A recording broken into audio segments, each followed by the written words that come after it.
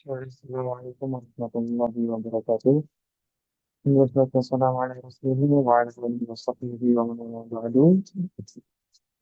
Sebelum itu kita tunjukkan atas kepada Allah Subhanahu wa taala seperti serta yang beribu sudah kita semua masih kita selesai kembali di tempat ini di majelis ini. Insyaallah kita bisa selalu terkesan untuk kita berikan pada mungkin kita sehingga kita menemukan kita yang karena kita khidmatnya baginda Nabi Muhammad Rasulullah SAW serta kepada keluarga beliau, kepada istri-istri beliau, kepada tiga generasi terbaik para sahabat, tabi'in, tabi'in, serta kepada umat-umat beliau yang selalu mengikuti sunnah-sunnah beliau dan beliau. Dan kajian berikutnya ini sebagai rahmat Allah, insya pada malam hari ini kita akan kembali melanjutkan agenda kita, majelis kita bersama Abu Muslim Ngaji. Yang mana pada malam hari ini kita akan kembali belajar bersama guru kita, Ustaz Haris Novan, Hafizullah Ta'ala. Yang mana kita kembali melanjutkan mengkaji kitab Usulun fi Tafsir, yang mana kita masuk ke pembahasan ketiga, turun Al-Quran secara ibtidai dan sababi. Kami informasikan kepada jemaah sekalian, insya bagian kita akan beri tersebut satu materi, kemudian jika masih mungkin kita akan lanjutkan ke sesi tanya jawab. Dan intinya ini kan adalah tema ini baru niatkan dalam berbaca tulis dan ini kita perhatikan ada panitia dalam majelis dan bisa mempersiapkan alat tulisnya sehingga nanti saya oleh. Baik, kemudian kami juga mengajak kepada jamaah untuk ikut bergabung dalam dakwah Bumi Mengaji dan ikut share informasi kajian yang diselenggarakan oleh Bumi Mengaji, seperti kepada keluarga maupun rekan dari jemaah. Beberapa jemaah baikkan, Allah memberikan balasan dengan sebaik-baiknya. Baik, insya Allah kajian kita akan segera kita mulai. Akan segera mulai setelah saya bergabung di Zoom kita pada hari ini. Sambil menunggu bergabung di Zoom kita, kami mempersilahkan kepada jemaah yang bisa mempersiapkan sendiri, memperoleh materi, bisa melakukan informasi, kemudian setelah kita diberi setelah bergabung di Zoom kita pada hari ini.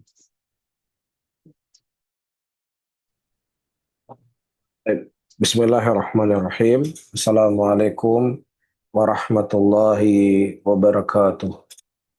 Alhamdulillah, alhamdulillah hamdan katsira thayyiban mubarakan fih, mubarakan alaih, kama yuhibbu rabbuna wa yarda, wa usalli wa usallim ala nabiyina al-karim Muhammadin wa ala alihi wa ashabihi wa man tabi'ahum bi ihsanin ila yaumiddin.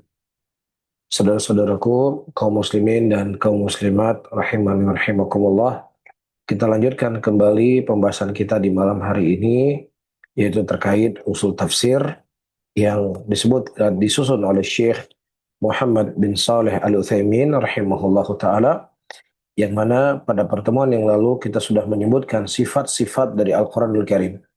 Al-Quran yang Allah turunkan itu tidak memiliki sifat satu, tetapi memiliki sekian banyak sifat.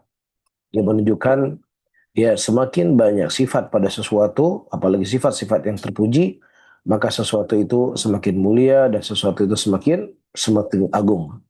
Nah, adapun pada malam hari ini kita akan membahas tentang awal ayat yang Allah Subhanahu wa taala turunkan kepada Rasulnya. Syekh Muhammad bin Shalih Al-Utsaimin rahimahullah berkata, "Awalu ma nazala minal Qur'an." Awal pertama kali diturunkannya Al-Qur'an. Awalu ma nazala minal Qur'an ala wajhil itlaq qat'an al-ayatu ya al-khamsu al-ula min suratil alaq. Awal ya diturunnya Al-Quran ya dari sisi atau kemutlakannya secara mutlak ya secara pasti adalah 5 ayat yang pertama dari surat Al-Alaq.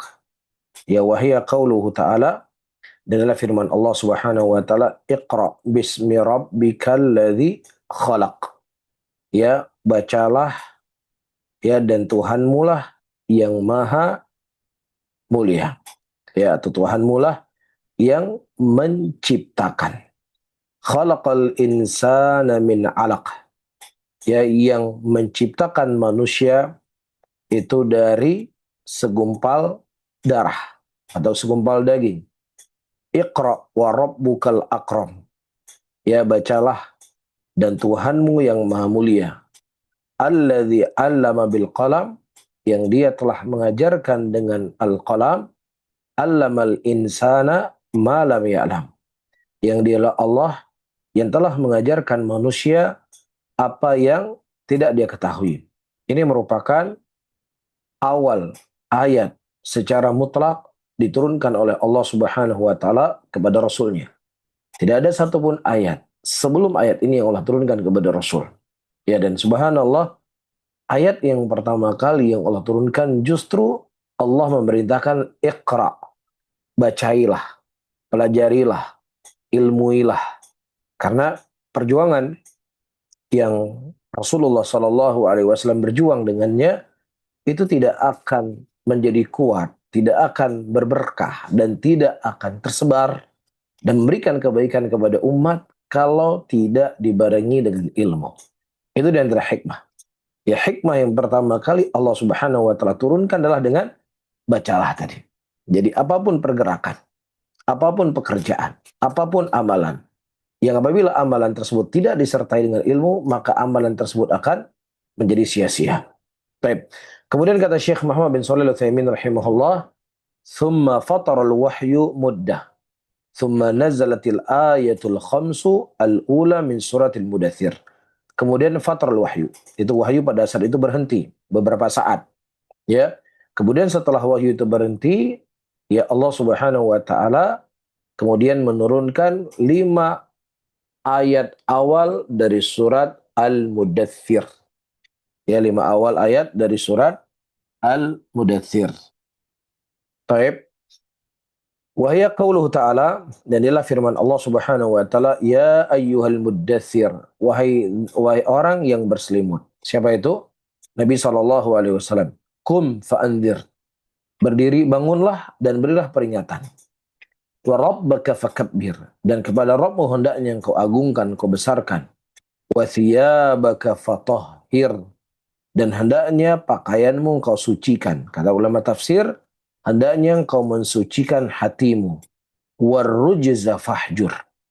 Ya, dan hancurkanlah, tinggalkanlah, musnahkanlah ya dari segala sesuatu yang disembah selain Allah Subhanahu wa taala, dari berhala-berhala yang ada pada waktu itu. Baik. Ini adalah surah atau ayat yang kedua yang Allah turunkan setelah Iqra bismi rabbikal ladzi khalaq. Nah, kalau seandainya kita bahas apa ayat yang pertama kali diturunkan oleh Allah secara mutlak, maka kita katakan Iqra. Pertanyaan yang kedua, apa ayat yang pertama kali Allah turunkan diangkatnya Nabi Muhammad sebagai Rasul? Maka kita katakan, ya ayyuhal muddaththir. Secara mutlak, Iqra bismi rabbikal ladzi khalaq, diangkatnya beliau sebagai Rasul dengan ya ayyuhal muddaththir. Maka kalau seandainya ada yang bertanya kepada kita, apa ayat yang pertama kali diturunkan kepada Rasulullah SAW diangkatnya beliau sebagai Rasul? Kita jawab apa? Ya ayyuhal muddaththir. Kalau seandainya ditanya apa awal ayat yang Allah turunkan kepada Rasulnya tanpa ada embel apa-apapun, maka secara mutlak ayat yang pertama kali Allah turunkan adalah Iqra bismi rabbikal ladzi khalaq. Taib. Fa fi sahihain, yaitu Sahih Bukhari wa Muslim, dalam kitab Sahihain yaitu Sahih Bukhari dan Sahih Muslim, an Aisyah radhiyallahu taala anha, dari Ibunda Aisyah radhiyallahu taala anha, fi badail al-wahyi, ya, tentang kisah awal Rasulullah menerima wahyu. Qalat.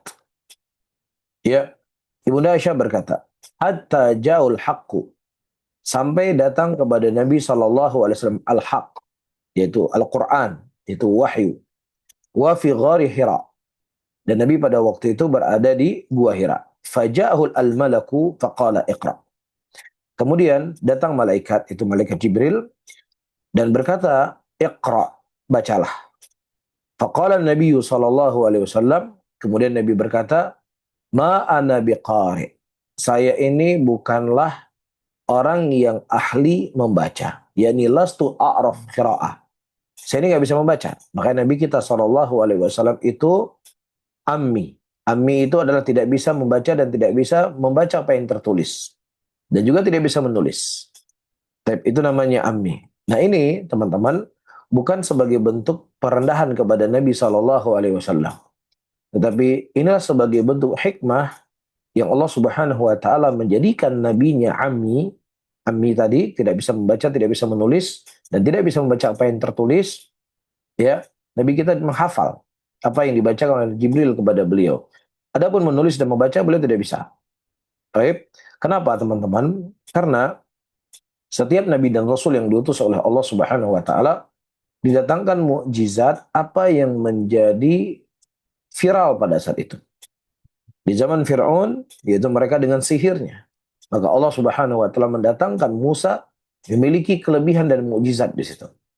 Nah, di zaman Nabi Shallallahu alaihi wasallam yang dibanggakan pada waktu itu adalah bahasa yang indah, syair-syair yang menggugah hati. Makanya di sana dikenal ada Amr, ada penyair-penyair Arab, ya, Amr siapa gitu lupa saya namanya. Dia orang jahiliyah, musyrik. Ya, dan syair-syairnya ditempel di Ka'bah pada waktu itu sebelum datangnya Rasulullah. Bahkan disebutkan kalau dia berbicara dan membaca syair, wanita-wanita yang hamil itu bisa lari dari suaminya dan kemudian ya bisa berpindah kepada penyair tadi. Karena memang bahasa itu sesuatu yang indah pada waktu itu. Nah kemudian Allah Subhanahu wa taala mendatangkan Rasul kepada mereka. Yang Rasul itu diketahui oleh mereka adalah ammi. Diketahui oleh orang musyrikin Mekah pada waktu itu. Dan kemudian Nabi membacakan kepada mereka Al-Quran. Bahasa yang indah, bahasa yang memiliki makna yang sangat mendalam. Ya, yang menunjukkan itu bukan datang dari Nabi SAW, tapi datang dari Allah Rabbul Alamin. Sehingga ini bagian dari menegakkan hujjah kepada mereka. Sehingga ada di antara mereka yang beriman dan ada di antara mereka yang kufur kepada Allah Subhanahu wa taala. Dapat ya? Kenapa hikmahnya di antaranya Rasulullah SAW diutus sebagai rasul dan beliau ammi. Fadzakar al-hadis. Ya, wa fi thumma qala, dalam hadis tersebut dikatakan iqra bismi rabbikal ladzi khalaq, bacalah dengan nama Rabbmu yang telah menciptakan. Ila qaulihi allamal insana ma lam ya'lam.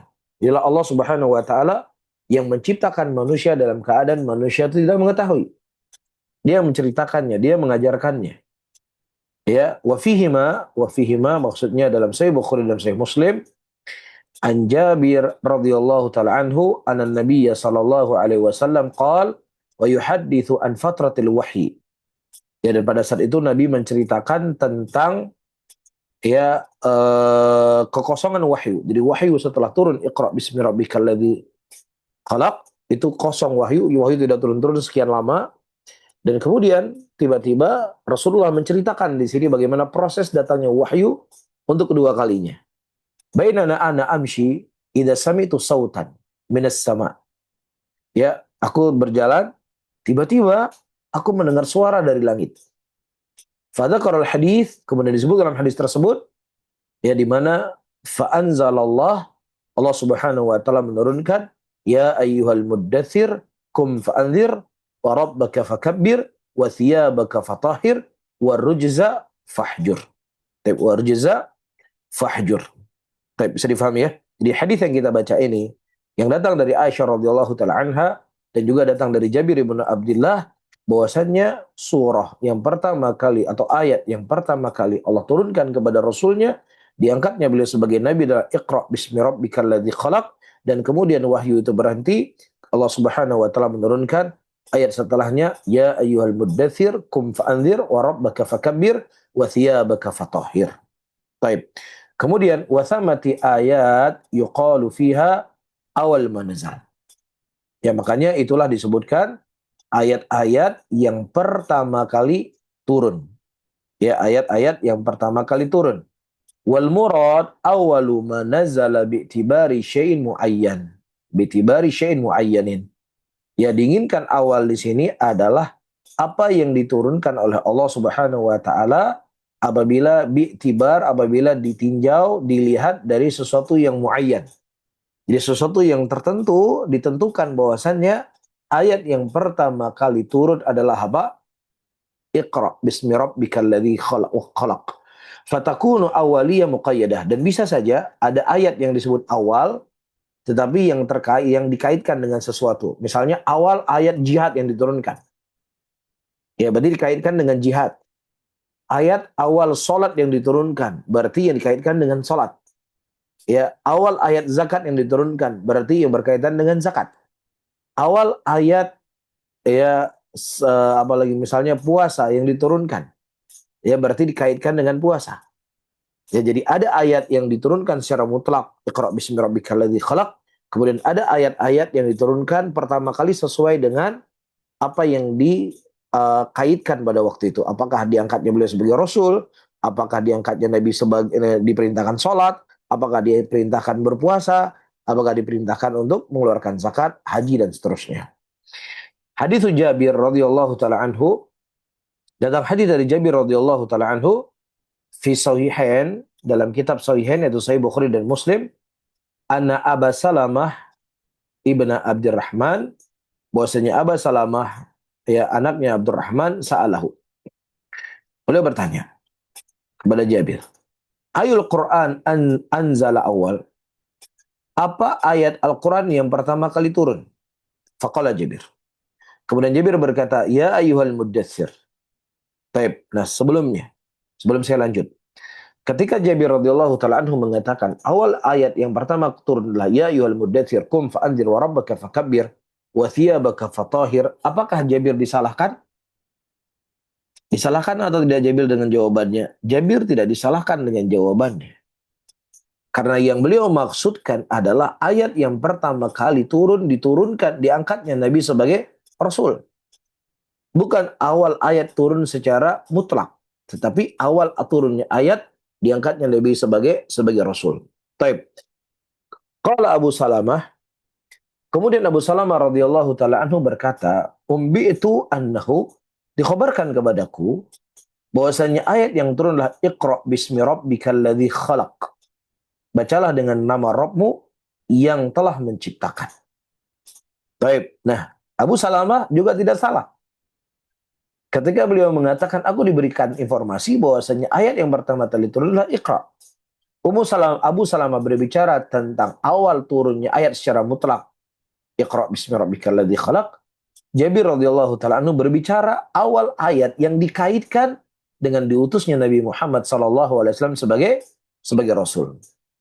Dapat ya? Jadi Jabir tidak salah, Abu Salamah juga tidak salah. Faqala Jabiru, kemudian Jabir radhiyallahu taala anhu berkata, la ukhbiruka ila bima qala Rasulullah sallallahu alaihi wasallam. Tidaklah aku mengkhabarkan kepada engkau wahai Abu Salamah kecuali apa yang Rasulullah sallallahu alaihi wasallam khabarkan.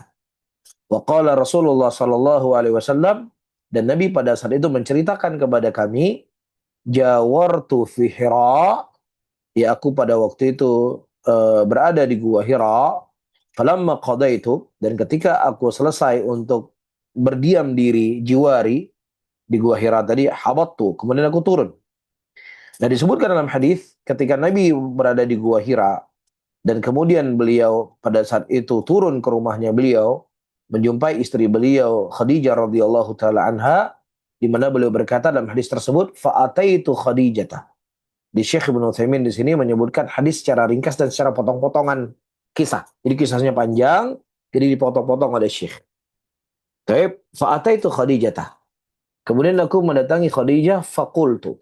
Kemudian aku sampaikan kepada Khadijah, dathuruni wasabbu alayya ma'a baridah. Selimuti aku dan tuangkanlah kepadaku air yang dingin. Wa anzala alayya, dan diturunkan kepadaku ya ayyuhal muddatsir ila qauli ta'ala warujza fahjur. Ini dalil yang dijadikan pegangan oleh Jabir bin Abdullah radhiyallahu taala anhu bahwasanya awal surat diturunkan kepada Nabi sallallahu alaihi wasallam adalah ya ayyuhal muddatsir. Maksudnya adalah ayat yang diangkatnya beliau sebagai rasul. Adapun saya ulangi kembali, Abu Salamah mengatakan Iqra bismi rabbikal ladzi khalaq, binisbah ayat ini diangkatnya Nabi sebagai nabi atau ayat yang mutlak diturunkan pertama kali. Kemudian dari faedah ini juga teman-teman kita bisa mengetahui Rasulullah Shallallahu Alaihi Wasallam ketika beliau mendapatkan wahyu, yang kedua kalinya, ya diangkatnya beliau sebagai rasul pada waktu itu, pulang dalam keadaan beliau mengatakan dathiruni, dathiruni, selimuti aku dan siram aku dengan air yang dingin. Menunjukkan bahwasanya menuntut ilmu itu perlu kesulitan. Menuntut ilmu itu butuh perjuangan. Menuntut ilmu itu nggak bisa santai-santai. Rasulnya Allah, kekasihnya Allah, menuntut ilmu dalam kondisi seperti ini, beliau dalam keadaan berat sekali. Dan ternyata itu tidak hanya di awal-awal beliau mendapatkan wahyu, teman-teman semuanya. Ketika Rasulullah Shallallahu Alaihi Wasallam pada saat itu berangkat haji atau berangkat umroh, kemudian ada seorang laki-laki bertanya kepada Nabi Muhammad Shallallahu Alaihi Wasallam tentang pakaian yang dia pakai ketika dia berihram.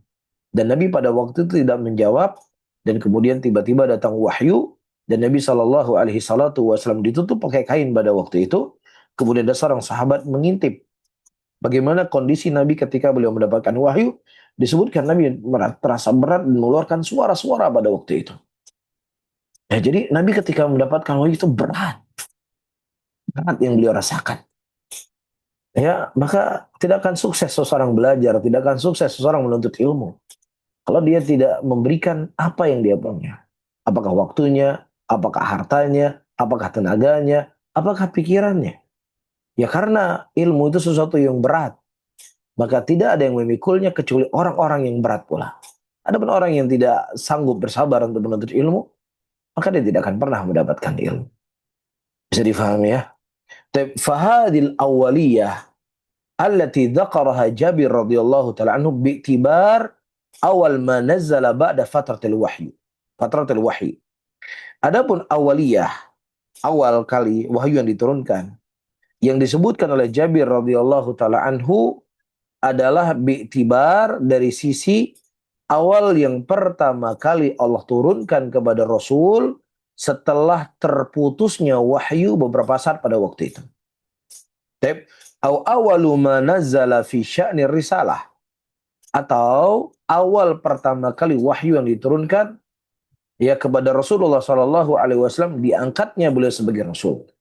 Li'anna ma nazzala min suratin Iqra thabatat bin nubuwatun nabi. Karena adapun ayat diturunkannya Iqra bismi rabbikal ladzi khalaq, itu ditetapkannya Nabi Muhammad sallallahu alaihi wasallam sebagai nabi. Wa ma nazzala min suratil mudaththir, dan apa yang diturunkan dari surat Mudaththir, thabatat bihi risalatu, yaitu ditetapkannya beliau sebagai rasul, risalah itu sebagai rasul. Fi qauli ta'ala kum fa'anzir. Wa lihadza qala 'alul ilm, oleh karena itu para ulama mengatakan innan nabiyya sallallahu alaihi wasallam nubiya bi iqra wa ursila bil mudaththir. Nabi sallallahu alaihi wasallam itu diangkat sebagai nabi dengan Iqra bismi rabbikal ladzi khalaq, dan diutus sebagai rasul dengan al-mudaththir. Bisa difahami ya? Jadi saya ulangi kesimpulannya. Kalau ditanya apa wahyu yang pertama kali diturunkan oleh Allah kepada Rasulnya, maka kita menjawab, kalau seandainya dimaksudkan pertama kali secara mutlak, tidak ada ayat satupun yang turunkan kepada Rasul sebelumnya, maka Iqra bismi rabbikal ladzi khalaq. Tetapi kalau seandainya diinginkan awal pertama kali dia turunnya wahyu kepada Rasul, diangkatnya beliau sebagai Rasulullah Sallallahu Alaihi Wasallam, bimana ada ayat yang telah Allah turunkan sebelumnya. Tetapi ayat yang pertama kali diangkatnya Nabi Muhammad sebagai Rasulnya Allah, maka ayatnya adalah ya ayyuhal muddathir kum fa'anzir wa rabbaka fakabbir wa thiyabaka fatahhir. Bisa difahami ya? Bab Ya, awalu ma nazala minal Qur'an. Bab awal ayat yang pertama kali Allah turunkan kepada Rasulnya. Nah, sekarang bagaimana bentuk diturunnya Al-Quran? Ya, bagaimana bentuk diturunkannya Al-Quran?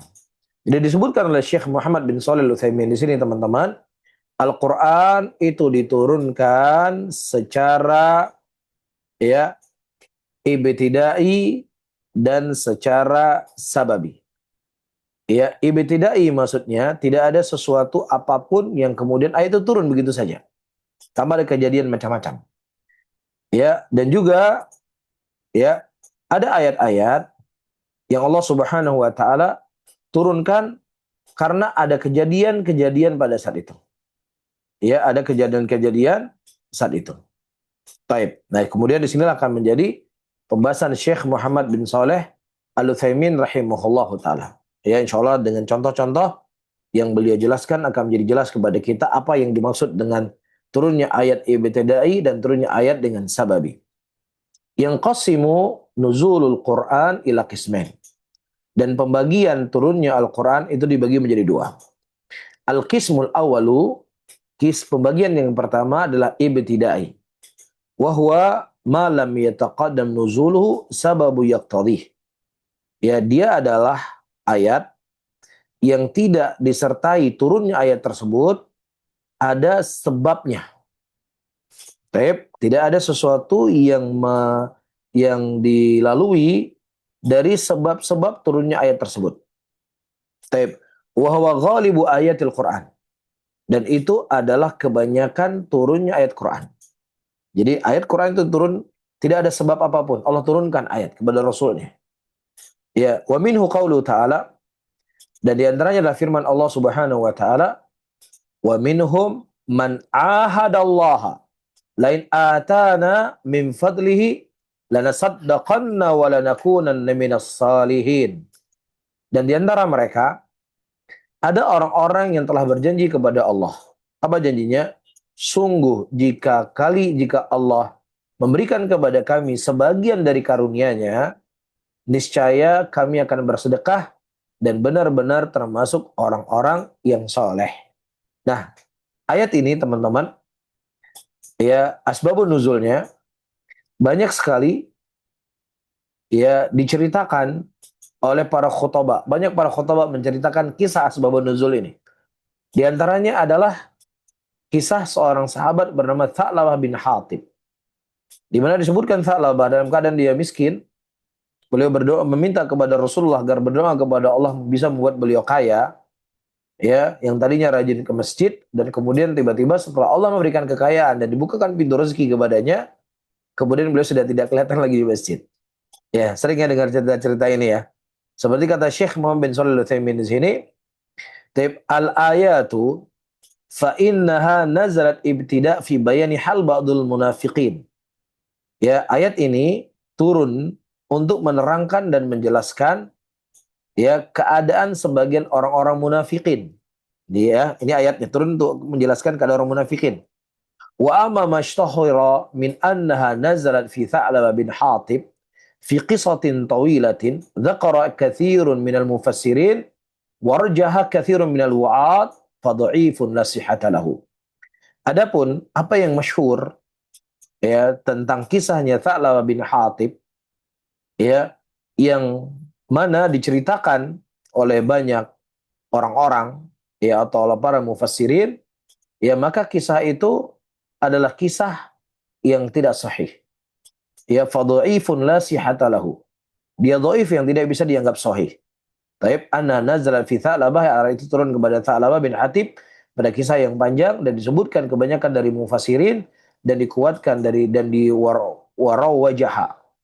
Ya, maksudnya banyak diceritakan oleh kebanyakan orang-orang yang memberikan nasihat, para penceramah-penceramah, tetapi kisahnya dhaif, tidak ada kesahihan di situ. Ya, jadi Hatib Tha'labah bin Hatib adalah sahabat Rasul sallallahu alaihi wasallam. Di mana sahabat Rasulullah itu bukan munafik.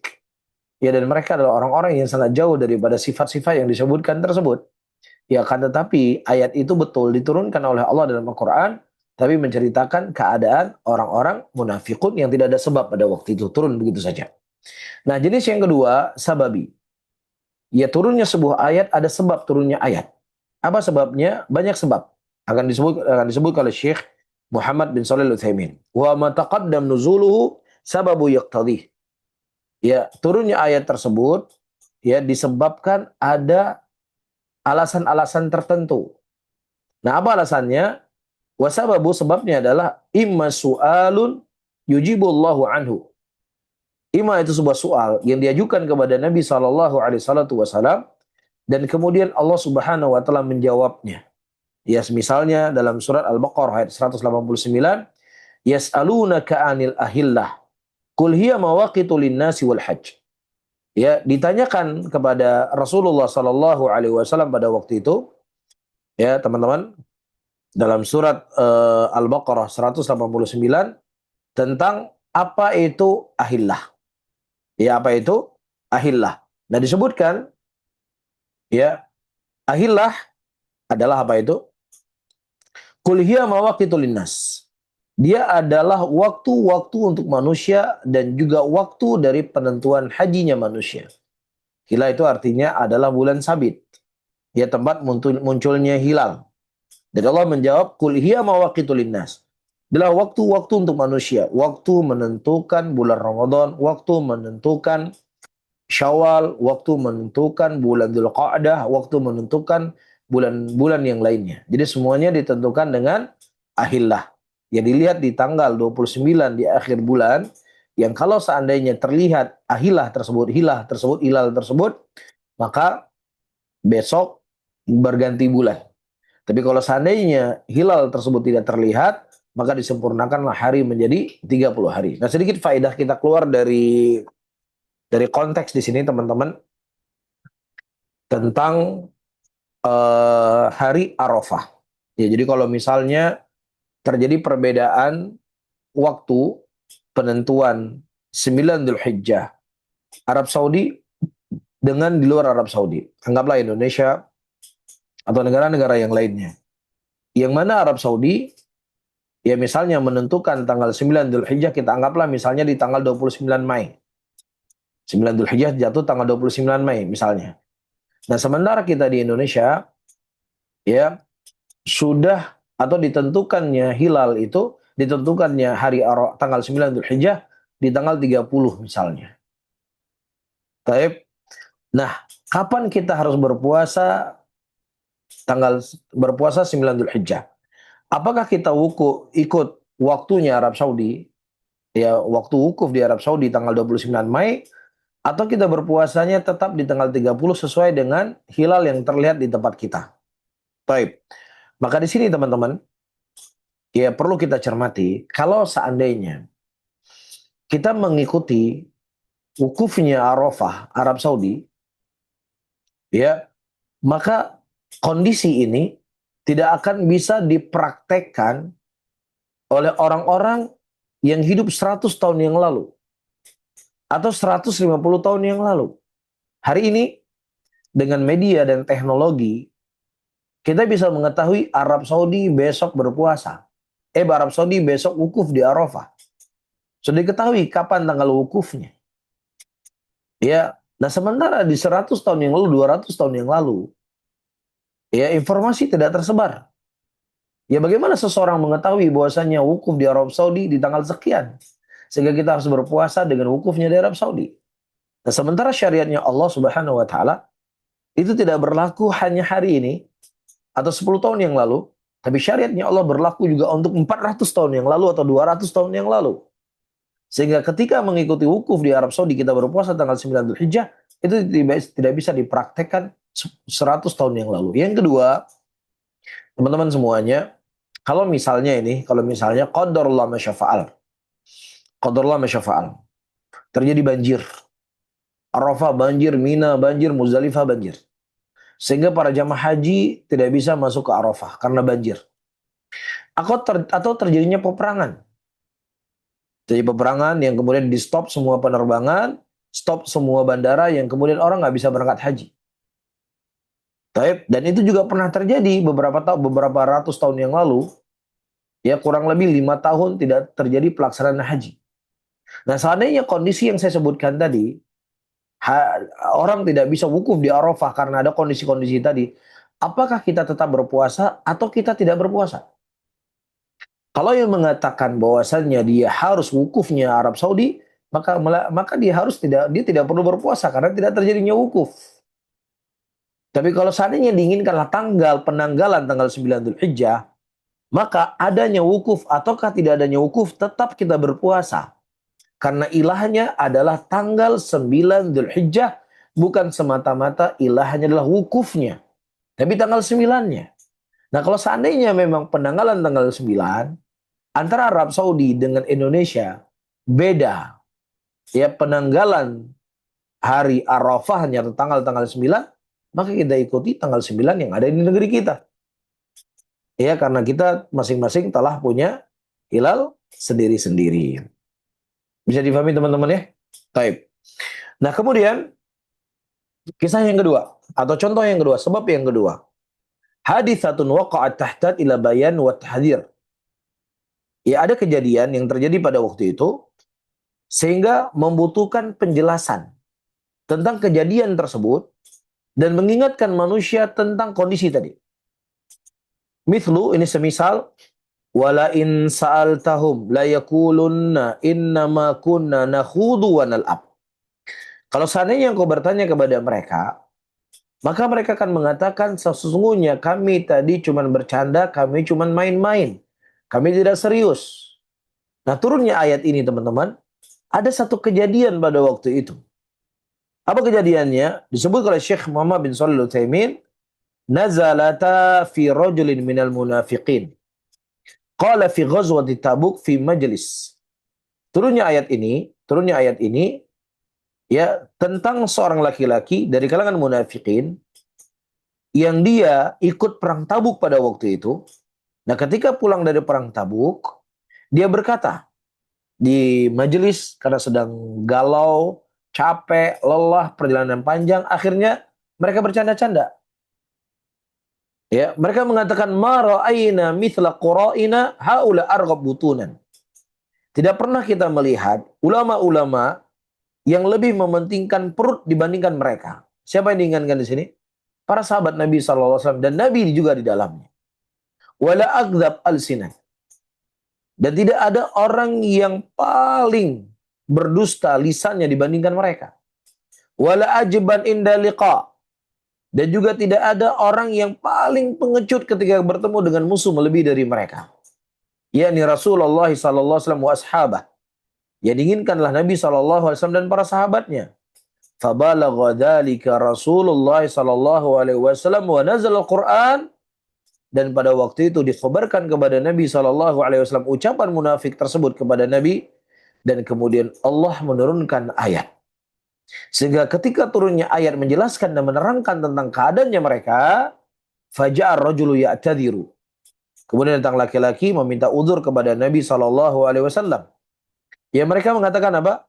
Kunna nakhudu wa nal'ab. Ya, innama kunna nakhudu wa nal'ab. Kami hanya sekedar main-main, kami cuma sekedar bercanda, kami tidak serius. Fayujibuhu, dan Allah menjawab, ya, melalui lisan Rasulnya, abillahi wa ayatihi wa rasulihi kuntum tastahzi'un la ta'tadiru qad kafartum ba'da imanikum. Jadi paham ya? Jadi turunnya ayat ini ada ucapan orang-orang yang pada waktu itu mencela Nabi Shallallahu Alaihi Wasallam, ya, dan kemudian ucapan mereka itu disebutkan oleh Allah dan dijawab oleh Allah Subhanahu Wa Taala dan diterangkan tentang keadaannya mereka. Taib. Kemudian selanjutnya, afi'lun waqi'un, atau ada perbuatan yang terjadi yahtat ila ma'rifati hukmihi. Maka dibutuhkan untuk menjelaskan apa hukumnya. Ya, mithlu, semisal, qad sami Allahu qawla allati tujadiluka fi zawjiha wa tashtaki ila Allah wallahu yasma'u hatta tahawurukuma innallaha sami'un basir. Sungguh Allah Subhanahu wa taala telah mendengar perkataan wanita yang dia mengajukan gugatan kepadamu, itu kepada Rasulullah. Tentang apa? Tentang suaminya. Dengan mengadukan halnya kepada Allah. Dan kemudian Allah mengatakan, dan Allah mendengar percakapan kalian berdua, sungguh Allah Subhanahu wa taala Maha mendengar lagi Maha melihat. Ya, yaitu pada waktu itu seseorang yang dia mendihar istrinya. Ya, dia berkata bahwasannya, ya engkau seperti punggung ibuku. Maksudnya dia tidak menyentuh istrinya. Dia mendihar istrinya, dia tidak menyentuh istrinya. Maksudnya haram bagi saya untuk menyentuh kamu. Kamu seperti punggungnya ibuku. Ya posisi kamu seperti ibuku. Seorang anak tidak bisa, haram untuk dia bersetubuh sama ibunya. Makanya ketika dia mendihar, saya dihar istri dia dengan cara engkau lah seperti punggung ibuku. Nah hukum dihar ini kata para ulama itu tidak boleh lebih dari 6 bulan. Setelah 6 bulan apakah dia kembali mendatangi istrinya atau ya dia ceraikan perempuan tersebut. Jangan dibiarkan begitu saja. Nah, pengaduan seorang wanita tersebut tentang suaminya kepada Nabi SAW didengar oleh Allah. Tentunya Allah mendengar semuanya. Dan kemudian Allah turunkan ayat ya tentang pengaduan tersebut. Bisa difahami ya? Jadi di sini ada 4 contoh yang disebutkan oleh Syekh Muhammad bin Shalih Al-Utsaimin. Ada ayat-ayat yang Allah turunkan dikarenakan sebab. Sebabnya bisa menjawab pertanyaan yang diajukan kepada Rasul, dan bisa saja kejadian yang terjadi pada waktu itu butuh penjelasan dan peringatan manusia dari kejadian tersebut. Ya, dan selanjutnya ya tentang 3, maksud saya bukan 4, kejadian yang terjadi yang perlu dijelaskan bagaimana hukumnya. Ya, bagaimana hukum dihar tersebut. Ada seorang yang mengatakan engkau seperti punggungnya ibuku. Baik, bisa difahami ya? Ini saya bicara nggak terlalu kencang ya. Tapi kalau ada yang kencang mungkin bisa kasih isyarat supaya faidah kita bisa difahami semuanya, jangan sampai ada yang terlewatkan. Tapi sebelum saya lanjut, maka saya simpulkan ya, turunnya Al-Qur'an itu dengan dua kondisi. Yang pertama ibtidai. Ibtidai artinya adalah sesuatu yang memang tidak ada sebab kejadian-kejadian tertentu. Allah turunkan ayat menjelaskan sesuatu, menerangkan sesuatu. Jadi kebanyakan isi ayat Al-Qur'an. Ada ayat yang kedua, turunnya ayat Al-Quran ada sebab-sebab tertentu yang mengharuskan atau mendorong ya turunnya ayat.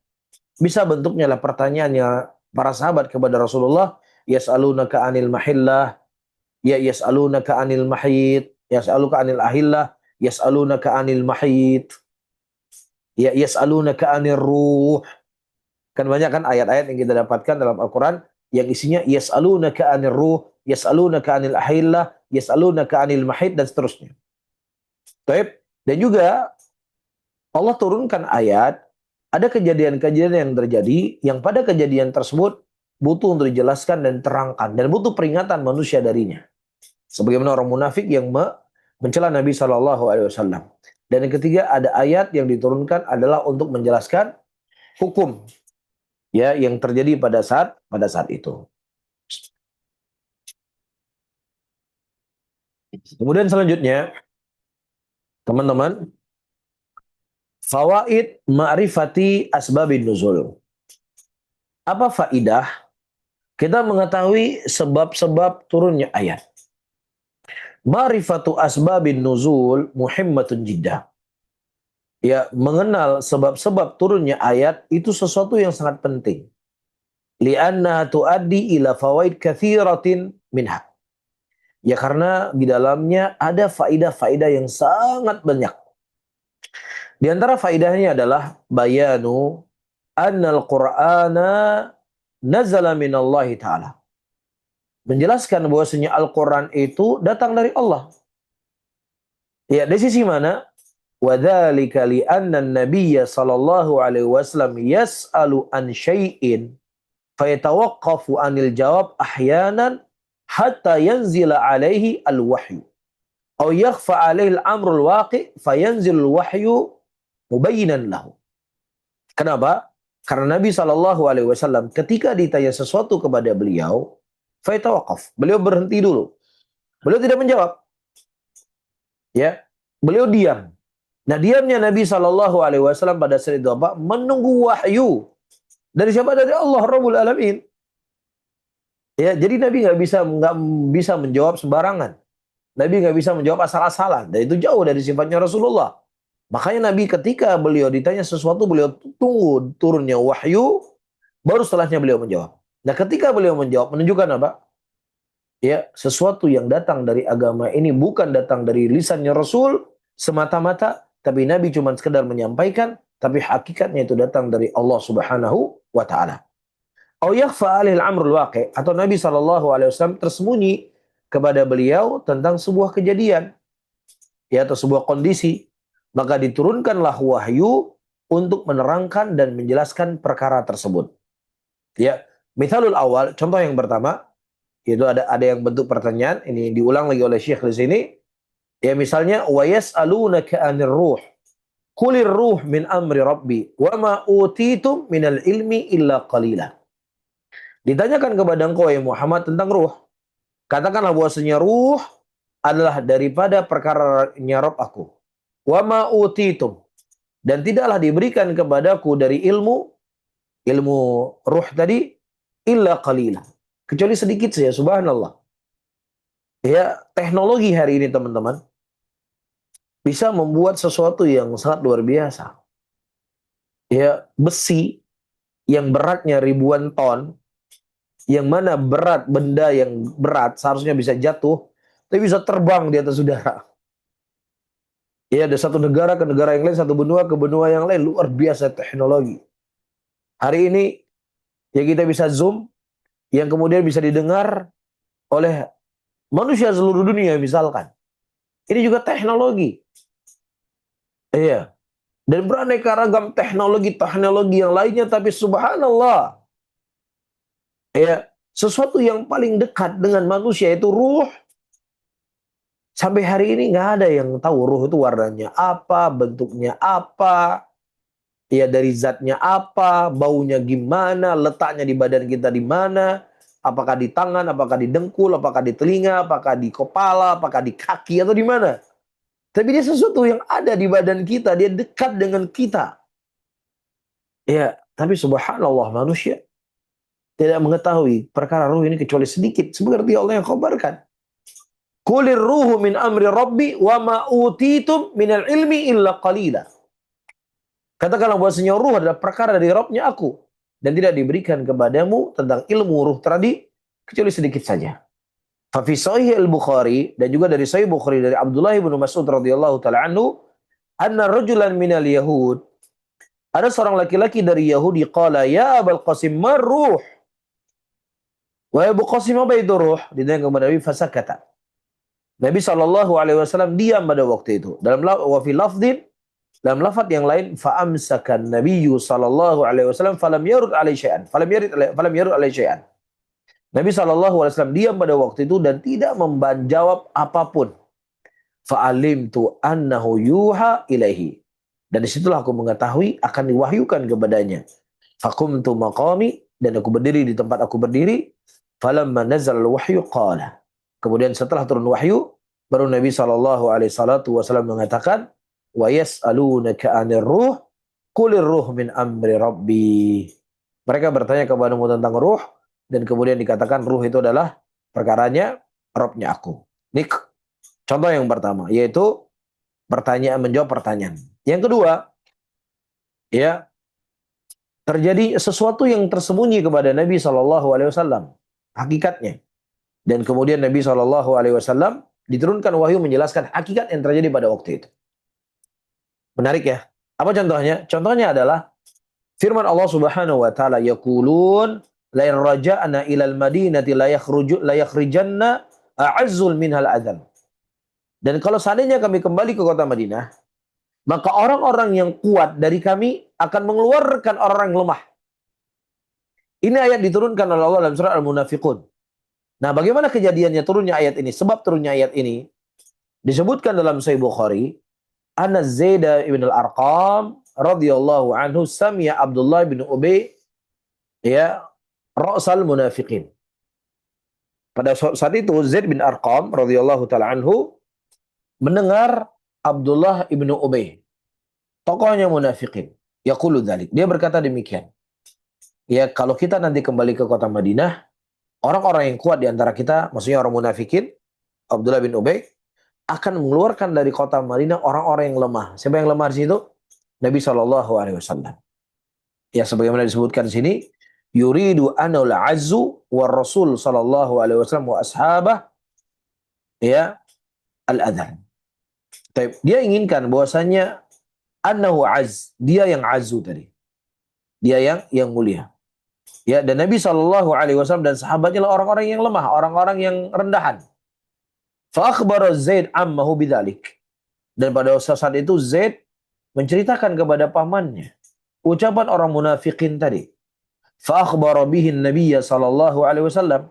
Kemudian pamannya Zaid menceritakan itu kepada Nabi sallallahu alaihi wasallam. Fada'a Nabi sallallahu alaihi wasallam Zaidan. Dan kemudian Nabi sallallahu alaihi wasallam memanggil Zaid fa akhbara bima sami'a. Dan kemudian Zaid mengkhabarkan apa yang dia dengar dari laki-laki munafik tadi. Thumma ursila ila Abdullah ibnu Ubay wa ashabih. Kemudian juga Nabi mengirimkan utusan untuk tabayun kepada Abdullah bin Ubay dan sahabat-sahabatnya. Fahalafu maqalu. Kemudian Abdullah bin Ubay mengatakan, demi Allah kami tidak mengatakan itu. Tapi demi Allah kami tidak pernah mengucapkan kalimat, kalau kami kembali ke Madinah, maka orang-orang kuat itu mereka akan mengeluarkan Nabi SAW. Fasadaqahum Rasulullah SAW. Dan pada saat itu Nabi lebih mempercayai siapa? Abdullah bin Ubay bin Salul. Jadi Nabi lebih mempercayai, saya ulang kembali, Abdullah bin Ubay bin Salul. Fa'anzalallahu tasdiqa Zaid fi hadil ayat. Kemudian Allah menurunkan ayat untuk membenarkan di antara dua tersebut yang benar siapa? Zaid bin Arqam. Apa ayat yang Allah turunkan? Yaquluna la irraja'na ilal madinati la yukhrijanna la'azzu minhal adal. Ya fastabana al-amru li Rasulillah sallallahu alaihi wasallam. Sehingga jelaslah perkara tersebut pada Nabi sallallahu alaihi wasallam kalau Zaid bin Arqam yang benar dan Abdullah bin Ubay bin Salul mengucapkan kalimat tersebut, sehingga nampaklah dia orang-orang munafik. Bisa difahami para hadirin ya. Jadi dari contoh yang kedua ini menunjukkan kepada kita Nabi Shallallahu alaihi wasallam tidak tahu perkara gaib ya kecuali apa yang Allah turunkan kepada beliau. Bisa saja tersembunyi sesuatu kepada Nabi. Tetapi tersembunyi sesuatu kepada Nabi itu tidak terus-menerus. Ya, akan datang ayat yang menerangkan sesuatu tersebut. Ya, jadi jangan dianggap ya Nabi juga seperti kita, ada yang beliau nggak tahu, ada yang beliau tahu. Iya betul, ada yang beliau tahu dan ada beliau tidak tahu. Cuman bedanya, kalau tidak tahunya kita, bisa saja kita tidak tahu sampai kita mati. Adapun tidak tahunya Nabi SAW, itu langsung turun ayat. Nabi tidak tahu tadi kalau yang benar ucapannya siapa? Ucapannya siapa? Ucapannya Zaid bin Arqam. Tapi Nabi membenarkan ucapannya siapa? Ucapannya Abdullah bin Ubay bin Salul. Nabi nggak tahu. Tapi Allah Subhanahu wa taala yang menurunkan risalah kepada Rasulnya menerangkan kepada Rasul bahwasanya yang benar adalah Zaid bin Arqam dan munafikin mengucapkan ucapan tersebut. Bisa difahami ya? Baik. Kemudian selanjutnya para hadirin dan hadirat yang dimuliakan oleh Allah, bayanu inayatillahi ta'ala bi rasulihi sallallahu alaihi wasallam fi difa anhu. Ya. Di sini penjelasan penjagaannya Allah Subhanahu wa taala kepada Rasulnya dan pembelaan Allah Subhanahu wa taala kepada Nabi Muhammad sallallahu alaihi wasallam. Apa contohnya? Contohnya dalam surat Al-Furqan ayat ke-32. Di sana disebutkan wa qala alladziina kafaru laula nuzzila alaihi al-Qur'anu jumlatan wahidah kadzalika linutsabbita bihi fuadak warattalnahu tartila. Dan orang-orang kafir pada saat itu berkata, mengapa Al-Quran tidak diturunkan kepadanya sekaligus saja? Kenapa tidak diturunkan satu ayat? Kenapa nggak semua saja diturunkan? Iya, demikianlah agar kami meneguhkan hatimu dengannya. Alasannya, Allah Subhanahu wa taala menurunkan ayat itu per ayat, tidak semuanya, linutsabbita bihi fuadak. Untuk mengokohkan hatinya engkau. Warattalnahu tartila. Dan kami bacakan kepadanya dengan bacaan yang berangsur-angsur. Secara tartil, itu berangsur-angsur. Ya, sebelum kita membaca kisah ini ada kisah apa? Ya ada pelajaran penting bagi kita seorang penuntut ilmu, teman-teman. Menuntut ilmu itu nggak bisa 1 hari. Menuntut ilmu itu nggak bisa 2 hari. Menuntut ilmu nggak bisa seminggu, nggak bisa sebulan, nggak bisa 2 bulan. Menuntut ilmu itu harus waktu yang panjang. Ya makanya saya kadang suka suka apa ya, suka aneh melihat ya doroh 3 hari untuk menjadi mufasir Al-Quran itu gimana kira-kira doroh 3 hari untuk jadi mufasir Al-Quran itu gimana kira-kira? Ya sementara Rasulullah SAW saja untuk mengetahui isi Al-Quran seluruhnya itu Allah turunkan per ayat, per ayat, per ayat, per ayat, per ayat. Atau berangsur-angsur itu bukan per ayat, berangsur-angsur. Yang menunjukkan ilmu itu nggak mungkin bisa dicapai oleh seseorang dalam waktu yang ringkas. Ilmu itu butuh waktu yang panjang. Ya, sebagaimana kata Imam Syafi'i rahimahullah, engkau tidak akan mendapatkan ilmu sampai engkau mengumpulkan 6 perkara. Di antaranya kata beliau rahimahullah adalah dengan panjangnya waktu engkau belajar. Ya, wa kadzalika ayatul ifik. Demikian juga ayat ifik. Fa inna difa'an firasyin Nabi sallallahu alaihi wasallam. Ya, membela ya tempat tidurnya Nabi, maksudnya membela keluarganya Rasulullah di mana ibunda Aisyah radhiyallahu taala pada waktu itu dituduh berbuat zina. Ya kemudian Allah turunkan ayat kepada Nabi sallallahu alaihi wasallam untuk mensucikan ranjangnya beliau, maksudnya mensucikan istrinya beliau dari tuduhan-tuduhan tersebut. Wa tathhirun lahu, dan sebagai bentuk kesucian kepada Nabi. Amma dan nasahu bil afakun, dari apa yang diucapkan oleh para penuduh pada waktu itu, ya seakan-akan ini akan mengurai sumahnya Rasulullah, akan menjatuhkan kehormatannya Rasul. Kok bisa seorang nabi, seorang rasul, ya dia punya seorang istri pelacur? Kok bisa seorang rasul, seorang suami nggak bisa menjaga istrinya? Ini tuduhan jelek kepada Nabi SAW. Makanya saya sering menyampaikan di kajian, orang-orang yang mereka menuduh ibunda Aisyah berbuat zina, mereka bukan hanya sekedar mencela ibunda Aisyah, tapi yang mereka cela juga adalah siapa? Nabi Muhammad SAW. Tidak mungkin seorang nabi, seorang rasul hidup dengan seorang pelacur. Tidak mungkin seorang nabi dan rasul di antara semua istrinya yang paling dia cintai seorang pelacur. Tidak mungkin seorang nabi dan rasul yang meninggal di pangkuannya seorang pelacur. Ya ini merupakan kehinaan dan celaan kepada Nabi Sallallahu Alaihi Wasallam, dan Allah menurunkan ayat mensucikan kehormatan nabinya yang mengatakan bahwasanya apa? Ya itu adalah ya tuduhan semata. Wallahu taala alam bisawab. Adapun selanjutnya pada poin yang ketiga ya dan poin yang keempat insya Allah akan kita jelaskan pada pertemuan yang akan datang. Wallahu taala alam bisawab. Barakallahu fikum. Baik, alhamdulillah syukran Ustaz atas materi yang sudah disampaikan. Insya Allah kita lanjutkan ke sesi selanjutnya, boleh Ustaz? Nah, silakan. Baik, yang sekarang pada jemaah yang hendak bertanya bisa bertanya secara langsung dengan raise hand terlebih dahulu atau menuliskan pertanyaannya di kolom chat. Baik, nanti itu sudah diingatkan kami persilakan sudah Abi ya untuk bertanya ke Ustaz. Nah, silakan. Assalamualaikum warahmatullahi wabarakatuh.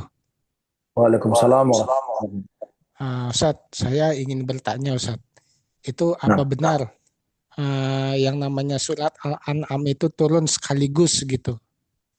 Karena saya pernah pernah mendengar bahwa ada satu surat itu yang turun sekaligus namanya surat Al-An'am, baik. 165 ayat. Itu yang pertama Ustadz. Ya. Nah, Terus yang kedua? boleh lagi Ustadz, satu lagi. Silakan, silakan. Apakah dalam satu peristiwa tertentu bisa turun 2 ayat sekaligus, misalkan peristiwa wafatnya paman Nabi Abu Thalib itu Iya, iya. kan saya pernah ngedengar itu ada ayat turun innaka la tahdi man ahbabta walakinnallaha yahdi may yasha, itu surat Al-Qasas ya. Ya.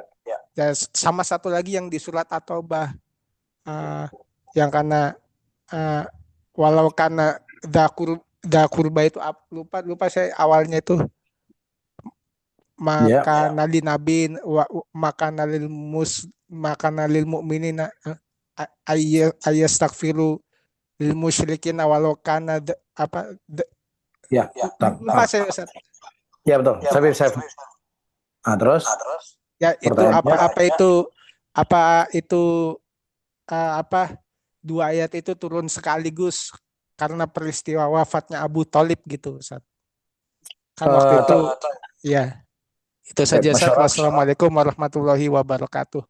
Waalaikumsalam warahmatullahi wabarakatuh. Nah, ada sebagian para ulama yang mereka memang menyebutkan bahwasanya surat Al-An'am itu turun sekaligus pada malam hari di Mekah, yang mana berbeda dengan ayat-ayat yang lainnya yang Allah Subhanahu wa taala itu diturunkan berangsur-angsur. Ya, demi sekian kali turunnya ayat, bukan sekaligus ayat. Dan disebutkan dalam beberapa riwayat dari Abdullah bin Abbas radhiyallahu taala anhuma, di mana beliau berkata surat Al-An'am turun sekaligus di Mekah pada malam hari. Ya, dan subhanallah luar biasanya diiringi oleh 70.000 malaikat disebutkan. Ya, diiringi oleh 70.000 malaikat. Namun, asar ini teman-teman semuanya, ada sebagian ulama menilai bahwasanya asarnya lah ada dhaif, ya tidak sahih dari Abdullah bin Abbas radhiyallahu taala anhu. Ya, namun bersama dengan itu ada sebagian para ulama tafsir menyebutkan demikian. Ya, jadi memang ada khilaf akan keabsahan dan kesahihan daripada riwayat tersebut. Nah, yang memandang bahwasanya riwayat tersebut sahih, ya maka ya kita katakan surat Al-An'am itu diturunkan oleh Allah Subhanahu wa taala ya sekaligus dalam satu malam. Dan itu tidak bertentangan bahwasanya Allah menurunkan ayat waratalnahu tartila, yaitu berangsur-angsur turunnya ayat, karena memang kebanyakan ayat itu turun dalam keadaan berangsur-angsur, tapi hanya sebagian kecil ayat yang Allah turunkan sekaligus. Taib. Nah, adapun soal yang kedua ditanya, ya ada ayat yang innaka la tahdi man ahbabta walakinnallaha yahdi man yasha. Ya, sesungguhnya engkau tidak bisa memberikan hidayah kepada siapa yang engkau kehendaki, tetapi Allah lah yang memberikan hidayah kepada siapa yang Allah Subhanahu wa taala kehendaki. Kemudian juga disebutkan ayat, ya tidak pantas bagi orang-orang mukminin dan tidak pantas bagi nabi dan rasul dan mukminin untuk mendoakan pengampunan bagi orang-orang yang mereka mati dalam keadaan syirik kepada Allah Subhanahu wa taala. Nah, ayat yang pertama itu diturunkan kepada kisahnya Abu Thalib, ya, yang mati dalam keadaan kafir. Adapun kisah yang kedua saya tidak tahu apakah memang diturunkan kepada Abu Thalib atau diturunkan kepada orang yang lainnya. Saya tidak tahu, wallahu a'lam bishawab. Tetapi tidak jauh kemungkinan, tidak menutup kemungkinan bahwasanya dalam satu ayat, dalam satu kasus Allah Subhanahu wa taala bisa menerangkan sekian ayat diturunkan. Dalam satu kasus Allah bisa turunkan ayat untuk menerangkan, menjelaskan tentang kondisi dan keadaan orang-orang pada saat itu. Ya, wallahu taala alam bishawab. Barakallahu fikum. Maksud atas jawabannya, kami silakan yang sudah resmi kepada beliau bisa konfirmasi. Iya, jazakallah khairan moderator. Assalamualaikum warahmatullahi wabarakatuh. Waalaikumsalam warahmatullahi wabarakatuh. Ya, barakallahu fikum Ustadz dan juga jami'an semua. Ya, Ustadz, terkait surat Al-Falaq nih Ustadz. Anda pernah mendengar bahwa adalah surat yang paling Allah Subhanahu wa taala cintai Ustadz. Apakah benar demikian? Nah, karena yang Anda tahu seperti itu, maka ini atau apakah bermasalah atau tidak nih Ustadz. Anda mendawamkan surat Al-Falaq ini selalu Anda baca ketika salat duha. Selalu Anda baca ketika salat duha. Nah, ini mohon informasinya Ustadz, apakah ini bermasalah atau tidak, karena ini ya dirutinkan seperti itu gitu Ustadz. Itu aja Ustadz, jazakallah khair. Nah, ya kita ketahui bahwasanya setiap ayat itu memiliki keutamaan-keutamaan dan memiliki kelebihan-kelebihan ya tersendiri. Ada surah Al-Baqarah punya kelebihan tersendiri, ya surat Yasin ada kelebihan sendiri, ayat Yasin ada kelebihan tersendiri, begitu juga surat Al-Ikhlas ada kelebihan sendiri, surat An-Nas ada kelebihan sendiri, dan juga surat Al-Falaq juga punya kelebihan sendiri. Ya. Nah, kemudian ya menjadi permasalahan sekarang, apakah seseorang boleh membaca surat Al-Falaq. Setiap kali dia sholat duha, karena dia mencintai surat tersebut, ya kalau memang dia menyandarkan itu kepada Nabi Shallallahu Alaihi Wasallam, ya dan seandainya ada riwayat maka tidak ada masalah. Tapi kalau seandainya tidak ada riwayat dari Nabi Shallallahu Alaihi Wasallam, Nabi Shallallahu Alaihi Wasallam setiap sholat duhanya beliau belum baca surat Al-Falaq misalnya, maka dia tidak menyandarkan itu kepada Nabi Shallallahu Alaihi Wasallam. Tetapi saya ingin membaca saja ini dalam setiap saya sholat duha, maka tidak ada masalah.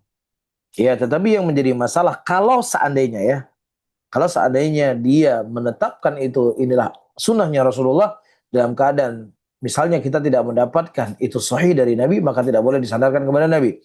Tapi ketika dia ingin baca sendiri karena dia cinta kepada ayat tersebut, maka tidak ada masalah untuk dia baca walaupun itu setiap sholat duhanya dia. Pada waktu itu ada seorang laki-laki, setiap dia sholat dia selalu membaca surat Al-Ikhlas.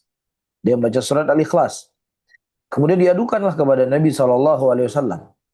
Dan kemudian ditanyakan, Nabi berkata kepada orang yang mengadu kepada Rasul, tanyakan kepada sahabat ini, kenapa dia setiap sholat membaca surat Al-Ikhlas?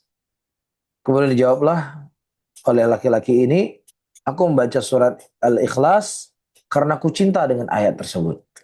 Kemudian diadukan kepada Nabi SAW, kemudian Nabi berkata, ya semoga Allah Subhanahu Wa Taala mencintai dia, ya dengan apa yang dia cintai dengan surat Ikhlas tersebut, atau seperti yang dikhabarkan oleh Nabi Shallallahu Alaihi Wasallam. Allahu taala a'lam bishawab. Barakallahu fikum. Baik. Afwan Ustaz. Nah, Ya, apakah tadi Ustaz benar bahwa surat Al-Falaq tersebut memang yang paling Allah cintai, itu ada nah, sandaran asar atau tidak Ustaz? taib. Allahu taala a'lam bishawab. Saya tidak tahu apakah ada nas yang menyebutkan tentang keutamaan surah Al-Falaq, bahwasanya surat yang paling dicintai oleh Allah Subhanahu wa taala. Akan tetapi yang saya ketahui datang hadis di sana dari Nabi Shallallahu alaihi wasallam, tidak ada sesuatu yang digunakan untuk berlindung yang semisal dengan keduanya. Maksudnya surat Al-Falaq dan surat An-Nas. Ya, tidak ada sesuatu yang digunakan untuk berlindung yang semisal dengan keduanya, ya yang dimaksudkan oleh Nabi SAW dalam hadis ini adalah surat Al-Falaq dan surat An-Nas. Saya nggak tahu apakah memang ada hadis yang lain yang menyebutkan itu surat yang paling dicintai oleh Allah Subhanahu wa taala. Wallahu a'lam bishawab. Baik Ustaz, jazakallahu khairan Ustaz. Ya, barakallahu fiik.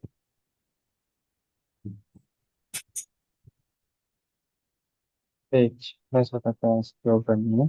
Kami lanjutkan pada saudara SM, pada Ibu Putri, sebagai yang besar. Bismillah, jazakallah khairan host. Assalamualaikum warahmatullahi wabarakatuh, Ustaz. Waalaikumsalam warahmatullahi wabarakatuh. Assalamualaikum ilaikum, Ustaz. Baik, barakallahu fiik. Amin. Amin, Allahumma amin. Ustaz, terkait dengan surat Abasa, Ustaz. Ini Ya. Ana kan tertarik, Ustaz, tadi dengan pembahasan ibtidai dan sababi. Ya. Dari hikmah dari surat Abasa ini, mungkin dia termasuk sababi ya, Ustaz. Ya, terus hikmahnya apa ya, Ustaz? Karena setengah dari surat ini adalah Allah Subhanahu wa taala itu menegur Rasul Shallallahu alaihi wasallam, tapi setengah terakhirnya yaitu kembali lagi tentang akhirat, Ustaz.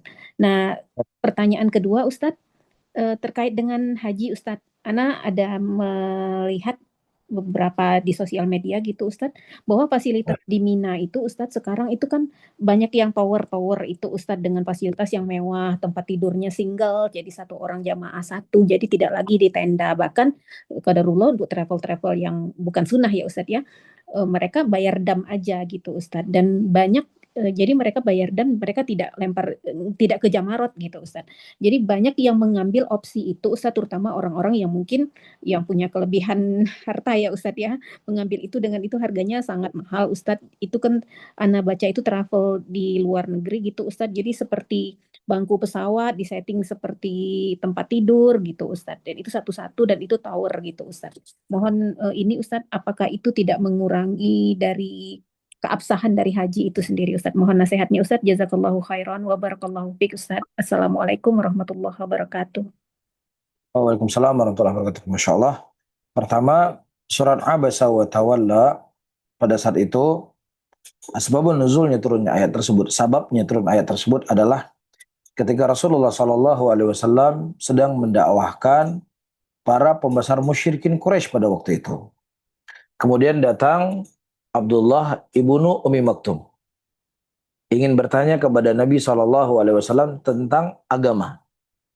Dan pada waktu itu Nabi Shallallahu Alaihi Wasallam bermuka masam. Nabi bermuka masam. Kemudian langsung diturunkan ayat abasa wa tawalla anja'ahul a'ma. Ketika dia berpaling dan bermuka masam, ketika datang seorang laki-laki ya dalam keadaan buta. Nah di sini para ulama tafsir mengatakan Abdullah ibnu Umi Maktum kalau seandainya beliau tahu Nabi SAW sedang berdakwah, Abdullah ibnu Umi Maktum tidak akan memotong pembicaraan Nabi Muhammad SAW. Tapi karena beliau buta, beliau tidak tahu kalau seandainya Nabi sedang berbicara.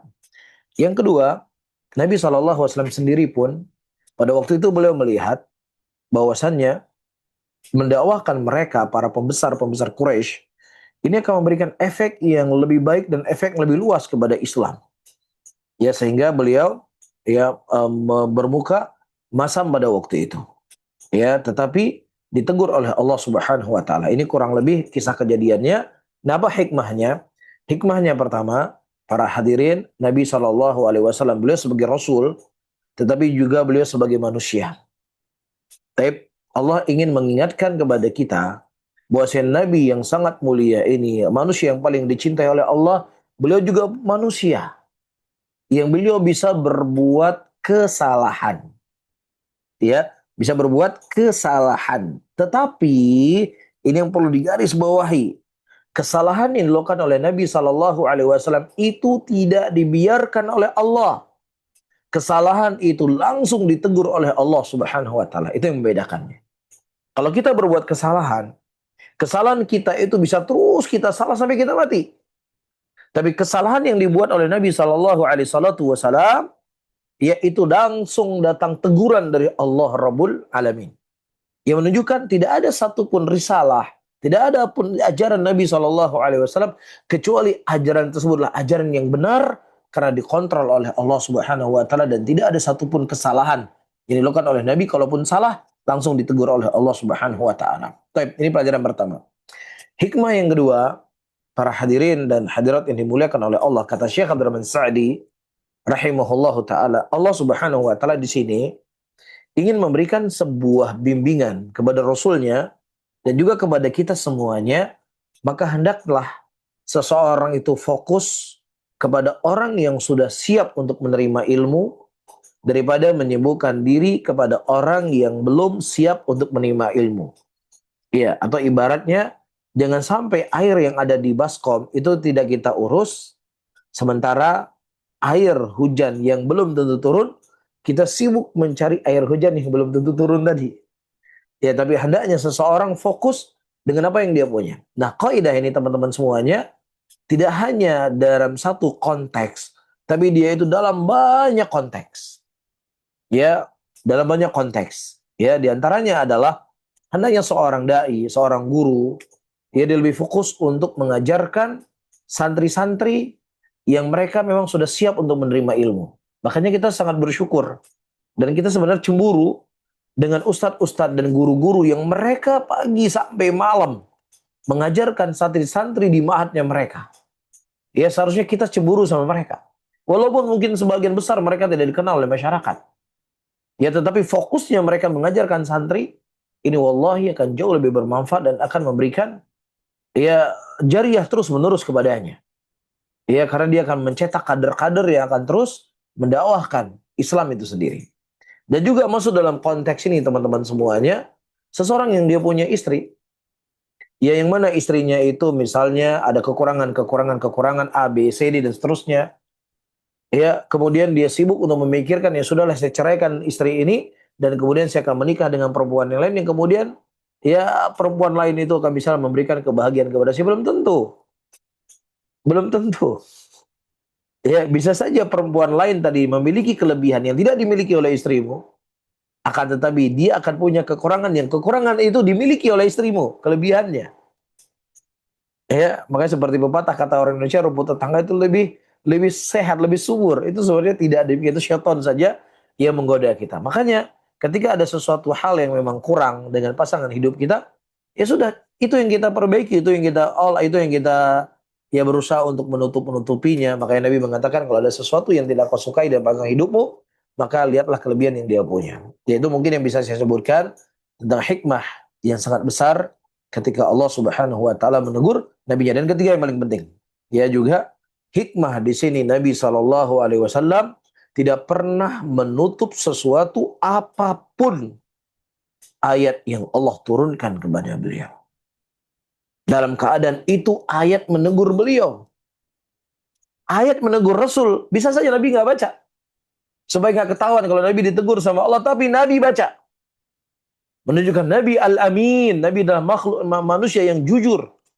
Apapun yang Allah turunkan kepada Rasulnya, itu semuanya telah disampaikan kepada kita. Ban lahum. Tabban lahum. Celaka buat Syiah. Celaka buat Syiah. Yang mereka mengatakan ada ayat-ayat yang belum disampaikan, sekian ayat yang tersembunyi. Ya, tabban lahum. Celaka buat mereka. Karena Rasulullah SAW semuanya telah dibaca oleh Nabi. Hal yang menegur Rasulullah saja dibacakan oleh beliau kepada para sahabatnya, termaktub di dalam Al-Quran, tertulis di dalam Al-Quran. Ini menunjukkan tidak ada satupun ayat yang turunkan, bahkan tidak ada satu huruf pun yang Allah turunkan, kecuali itu semuanya telah disampaikan kepada kita. Nah, kemudian selanjutnya teman-teman, permasalahan ya tenda-tenda di Mina dan lain sebagainya, ya inilah masalah-masalah duniawi ya, dalam arti kata ya seseorang ketika memang dia punya kemampuan, dia bisa lebih nyaman ya untuk dia beribadah kepada Allah, apalagi kondisi-kondisi manusia di zaman sekarang akan berbeda dengan kondisi-kondisi manusia di zaman dulu. Ya mungkin di zaman dulu seseorang ya harus naik unta, di zaman sekarang mana sanggup orang naik unta. Naik motornya nggak sanggup, naik mobil pun harus ada pilihan-pilihan. Ya mungkin mobil-mobil A, B, C, D dia nggak bisa naik. Waduh ini nggak aman, wah ini goyang, wah lain sebagainya. Harus punya mobil seperti ini, seperti ini. Ya, jadi secara hukumnya tidak ada masalah. Selama esensi dia beribadah di tempat tersebut, itu yang tidak hilang. Ya, fokus dia berdoa, fokus dia memanjat fokus dia situ bertobat, fokus dia di situ beribadah kepada Allah. Karena ada ratusan juta muslimin yang ingin berangkat haji, mereka tidak mampu untuk berangkat haji, apakah visanya nggak keluar, apakah sakit, apakah memang nggak ada kesempatan, apakah memang nggak punya harta dan lain sebagainya. Sementara dia dimudahkan oleh Allah untuk bisa berada di Mina, maka maksimalkanlah beribadah di tempat tersebut. Ya. Namun pertanyaan selanjutnya tentang orang membadalkan atau membayar dam ketika dia tidak melempar jumroh. Secara esensi hajinya itu sah. Ya karena ketika seseorang itu wukuf di Arafah, ya dan dia sudah wukuf di Arafah dan kemudian yang lainnya semua dia badalkan, dia ganti orang lain untuk melempar jumroh atau dia membayar dam yang bukan rukun haji, maka hajinya tetap dianggap sah. Tetapi perlu kita ketahui haji itulah sebuah perjuangan. Haji itulah sebuah pengagungan kepada Allah. Haji itulah sebuah ibadah untuk mendekatkan diri kepada Allah. Haji itulah amalan di antara amalan-amalan fisik yang mana seseorang berusaha lah. Karena cuma setahun sekali. Jangan terlalu dibuat manja.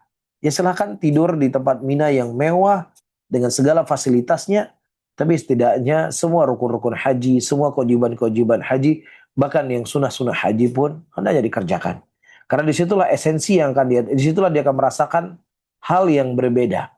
Ketika cuma hajinya ya sudah ambil wukuf di Arafah, kemudian sisanya bayar dam, dia nggak dapat esensi hajinya itu, tidak akan terlalu dia dapat dalam hatinya. Ya karena perjalanan seseorang dari Mina menuju ke Arafah, kemudian dia wukuf di Arafah, dia berdoa di situ, kemudian dia keluar dari Arafah setelah tenggelamnya matahari menuju ke Muzdalifah, kemudian di Muzdalifah dia tidur di atas karpet, ya bersama seluruh kaum muslimin dengan segala warna kulit, dengan segala kedudukannya, seakan-akan mereka sama dengan baju ihramnya. Dan itu sebuah kenikmatan yang tidak bisa dirasakan walaupun orang tidur di hotel bintang 10 sekalipun.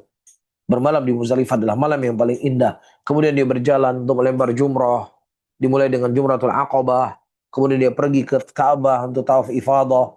Ya, hal-hal yang dilakukan ini, perjalanan ini, itulah yang akan membuat hatinya lebih suci, membuat hatinya lebih tersentuh, membuat dia merasa telah berjuang, membuat dia akan mendapatkan hal-hal yang itu tidak dapatkan ketika orang-orang hanya ingin haji sekedar bersantai-santai, walaupun kita katakan haji tetap sah, tapi esensi haji itu nggak didapatkan. Itu yang kita khawatirkan. Wallahu a'lam bishawab. Barakallahu fikum.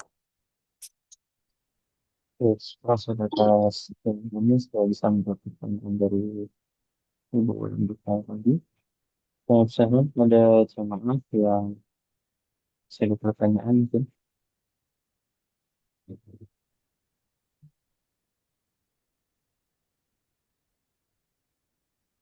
Itu,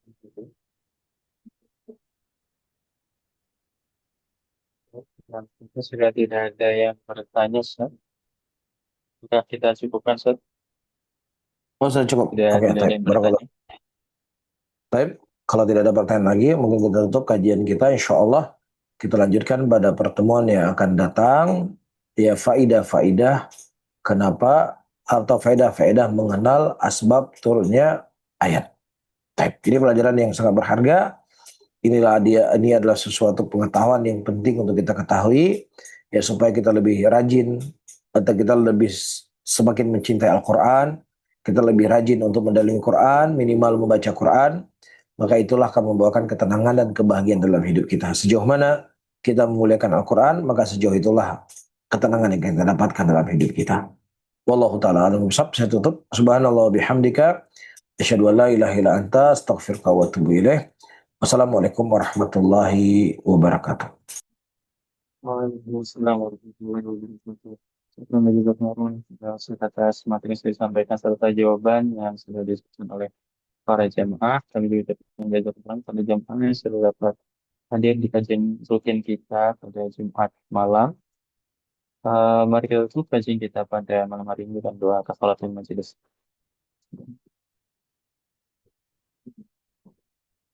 Baik, sebelum kami undur diri, kami informasi kepada jemaah bahwasanya insya Allah besok di hari Sabtu 23 Mei kita ada agenda majelis kajian rutin kita, yang mana akan bersama oleh beliau Ustaz Faizal Miftah yang ini kita mengkaji kitab kita dan melanjutkan pembahasan ketujuh dari hadis 19.